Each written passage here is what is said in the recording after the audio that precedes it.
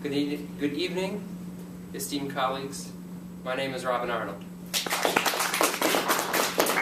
And I've been asked to come here today and present to you the case for this man, Norman Borlaug, to be inducted into the Science Hall of Fame.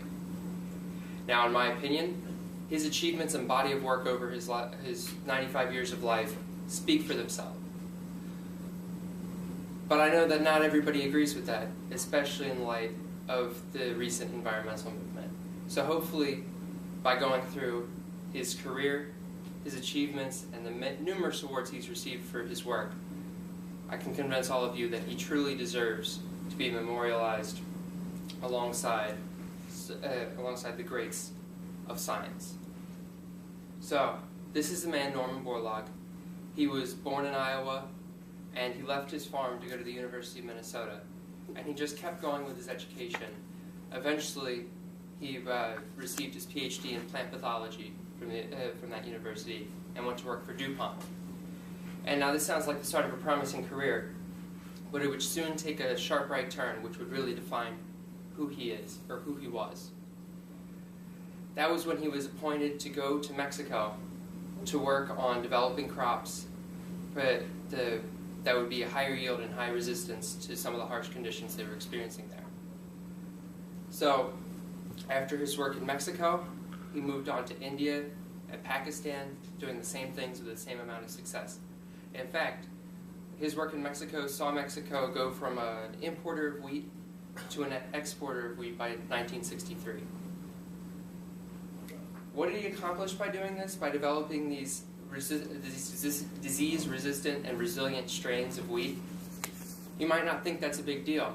You might not think that having crops that can survive harsher conditions would really be that big of a deal. But when you consider that he's credited with saving 1 billion lives from starvation, things start to have a better perspective.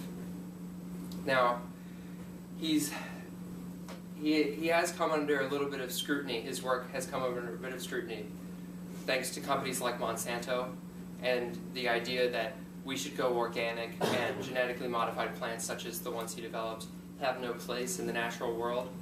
But to those people, I would say, we don't really have right now enough arable land to support enough food for everybody in this world.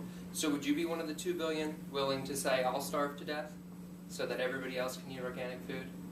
I know Norman didn't think that was a good idea. So maybe that's a bit more perspective to the bleeding heart environmentalists. But thankfully, even in his lifetime, his work did not go unrecognized. He received the Nobel Peace Prize for his work. He received the Presidential Medal of Freedom, a Congressional Gold Medal. India honored him with their second highest civilian honor. And he also was awarded the National Medal of Science. So clearly this man led an illustrious career, and even after he stopped working hard and genetically engineering these plants, he turned his life to becoming a humanitarian, setting up funds to help students succeed. Truly the work of a great man.